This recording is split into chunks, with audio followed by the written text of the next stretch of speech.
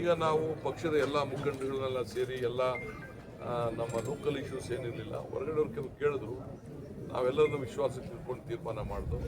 ಒಬ್ಬ ಯುವಕನಿಗೆ, ವಿದ್ಯಾವಂತನಿಗೆ, ಪ್ರಜ್ಞಾವಂತನಿಗೆ, ಒಳ್ಳೆಯ ವಿದ್ಯಾಭ್ಯಾಸವನ್ನು ಮಾಡಿದಂಥ ಒಬ್ಬ ಯುವಕನಿಗೆ ಕೊಡಬೇಕು ಆ ಕುಟುಂಬಕ್ಕೆ ಅಂತೇಳಿ ನಮ್ಮ ಪಕ್ಷದಿಂದ ಮೊದಲಿಂದ ಕೂಡ ಒಂದು ಸಿದ್ಧಾಂತ ಇದೆ. ಆ ಸಿದ್ಧಾಂತ ಪ್ರಕಾರ ನಾವು ಮಾಡ್ಕೊಂಡು ನಾವು ಬಂದು ಕೊಟ್ಟ ಮೇಲೆ ಅವರು ಕೂಡ ಇವತ್ತು ಜನರಿಗೆ ಅವರ ತಾಯಿ ಎಲೆಕ್ಷನಲ್ಲಿ ಕೂಡ ಭಾಳ ಚೆನ್ನಾಗಿ ದುಡಿದಿದ್ದಾರೆ. ಅವರ ತಾಯಿ ಎಲೆಕ್ಷನ್ಗೆ ಅವ್ರಿಗೆ ನಿಲ್ಲಕ್ಕೆ ಇಷ್ಟ ಇರಲಿಲ್ಲ, ನಾವೇ ಬಲವಂತ ಮಾಡಿ ಪಕ್ಷದ ಪರವಾಗಿ ಅವ್ರಿಗೆ ರಿಕ್ವೆಸ್ಟ್ ಮಾಡಿಕೊಂಡು ನಿಲ್ಲಿಸಿ ಇವತ್ತು ನಮಗೆ ಲೋಕಸಭೆಯಲ್ಲಿ ಕೂಡ ಉತ್ತಮವಾಗಿ ನಮ್ಮ ಪಕ್ಷಕ್ಕೆ ಒಂದು ದೊಡ್ಡ ಆಸ್ತಿಯಾಗಿ ಅವರು ಬೆಳೀತಾ ಇದ್ದಾರೆ. ಒಳ್ಳೊಳ್ಳೆ ವಿಚಾರದಲ್ಲಿ ಪಾಲ್ಗೊಳ್ತಾ ಇದ್ದಾರೆ. ಇಲ್ಲೂ ಕೂಡ ಈ ಕ್ಷೇತ್ರದ ಜನತೆ ಸೇವೆಯನ್ನು ಭಾಳ ಉತ್ತಮವಾಗಿ ಅವರು ಮಾಡ್ತಾ ಇದ್ದಾರೆ. ನಮ್ಮೆಲ್ಲ ಶಾಸಕರಿಗೂ ಕೂಡ ಒಟ್ಟಾಗಿ ಅವ್ರ ಕೈಯನ್ನು ಜೋಡಿಸಿ ಅವ್ರ ಜೊತೆಯಲ್ಲಿ ಕೆಲಸವನ್ನು ಕೂಡ ಇವತ್ತು ಅವರು ಮಾಡ್ತಾ ಇದ್ದಾರೆ.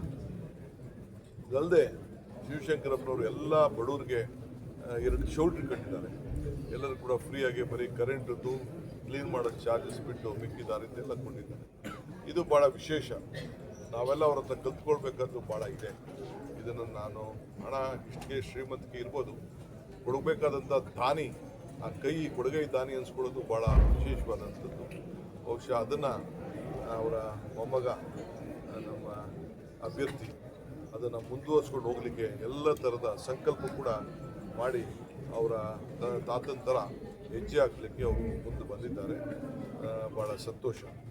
ಸೊ ಈ ಕೆಲಸ ಇವತ್ತು ನಮ್ಮ ಸರ್ಕಾರ ಬಂದು ಇವತ್ತು ಅನೇಕ ಕಾರ್ಯಕ್ರಮಗಳನ್ನು ನಾವೆಲ್ಲ ಕೊಟ್ಟಿದ್ದೇವೆ. ಇಡೀ ದೇಶಕ್ಕೆ ಒಂದು ದೊಡ್ಡ ಮಾದರಿ.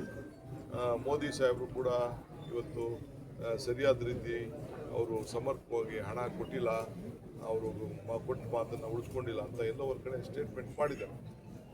ನನಗೆ ಆಶ್ಚರ್ಯ ಆಗ್ತದೆ, ಅಷ್ಟು ದೊಡ್ಡ ಸ್ಥಾನದಲ್ಲಿರೋರು ಇದನ್ನೆಲ್ಲ ಮಾಹಿತಿ ಎಲ್ಲ ಅವ್ರ ಹತ್ರ ಇರ್ತದೆ ಅಂತ ನಾನು ತಿಳ್ಕೊಂಡಿದ್ದೇನೆ.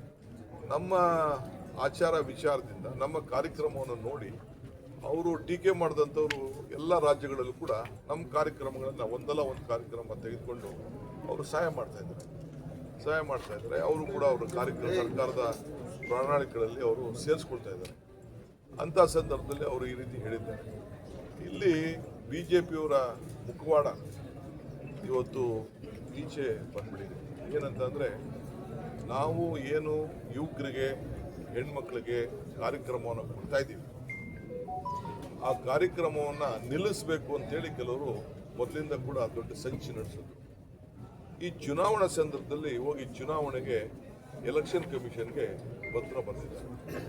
ಏನು, ಈ ಚುನಾವಣಾ ದೃಷ್ಟಿಯಿಂದ ಈ ಹಣನ ಬಿಡುಗಡೆ ಮಾಡಬಾರ್ದು ಅಂತೇಳಿ. ಇದು ಹೊಸ ಕಾರ್ಯಕ್ರಮ. ಈ ಚುನಾವಣೆಗೆ ನಾವೇನು ಘೋಷಣೆ ಮಾಡಲಿಲ್ಲ. ನಾವು ಚುನಾವಣಾ ಮುಂಚಿತವಾಗಿ ಘೋಷಣೆ ಮಾಡಿ 6 ತಿಂಗಳಲ್ಲೇ ಅಕ್ಕಿ ಕೊಡೋದಿರ್ಬೋದು, ಇದನ್ನು ಬಸ್ಗೆ ಶಕ್ತಿ ಯೋಜನೆ ಇರ್ಬೋದು, ಗೃಹಲಕ್ಷ್ಮಿ ಇರ್ಬೋದು, ಗೃಹ ಜ್ಯೋತಿ ಇರ್ಬೋದು, ಯುವ ನಿಧಿ ಇರ್ಬೋದು, ಇವೆಲ್ಲ ಕೂಡ ನಾವು 6 ತಿಂಗಳೊಳಗೆ ಎಲ್ಲ ಅನುಷ್ಠಾನಕ್ಕೆ ತಂದು ಈಗಾಗಲೇ 1.4 ಲಕ್ಷ ಕೋಟಿ ರೂಪಾಯಿ ಹಣವನ್ನು ಕೂಡ ಈಗ ಪ್ರತಿ ಅಕೌಂಟ್ಗೆ ತಲುಪಿಸಿದ್ದೇವೆ. ಈ ಮಧ್ಯದಲ್ಲಿ ಈ BJPಯವರೆಲ್ಲ ಹೋಗಿ ಎಲೆಕ್ಷನ್ ಕಮಿಷನ್ಗೆ ಇದು ಕೊಡಬಾರ್ದು ಅಂದರೆ, ಇದು ಮುನ್ನೂಚನೆ ಏನು ಕಾಣ್ತದೆ ಅಂತಂದರೆ, ಇದನ್ನು ನಿಲ್ಲಿಸಬೇಕು ಅಂತೇಳಿ ದೊಡ್ಡ ಷಡ್ಯಂತ್ರ ಮಾಡ್ತಾರೆ. ಇದು ನಾವು ಎಲೆಕ್ಷನ್ ಕಮಿಷನ್ ಲೆಟರ್ಗೆಲ್ಲ ನಾವೇನು ಗೌರವ ಕೊಡುವಂಥದ್ದು ಏನಿಲ್ಲ. ಇದೇನು ಹೊಸ ಕಾರ್ಯಕ್ರಮ ಏನಿಲ್ಲ. ಕಾನೂನು ಅಡಿಯಲ್ಲಿ ನಾವು ಇದನ್ನು ಮಾಡ್ತಾಯಿದ್ದೀವಿ.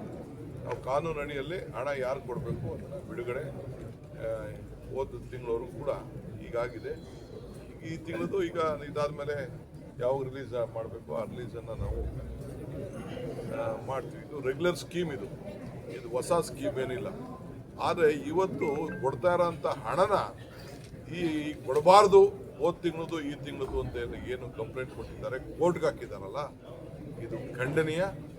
ಅವರ ಆಲೋಚನೆ ಏನಿದೆ, ಬಡವರ ಪರವಾಗಿ ನಾವೇನು ಸಹಾಯ ಮಾಡೋಕ್ಕೆ ಹೊರಟಿದ್ದೀವಿ, ಏನು ಬೆಲೆಗಳ ಏರಿಕೆಯಿಂದ ಏನು ತೊಂದರೆ ಆಗ್ತಾ ಇದೆ, ಅದಕ್ಕೆ ನಾವು ಸಹಾಯ ಮಾಡ್ತಾ ಇದ್ದೀವಿ.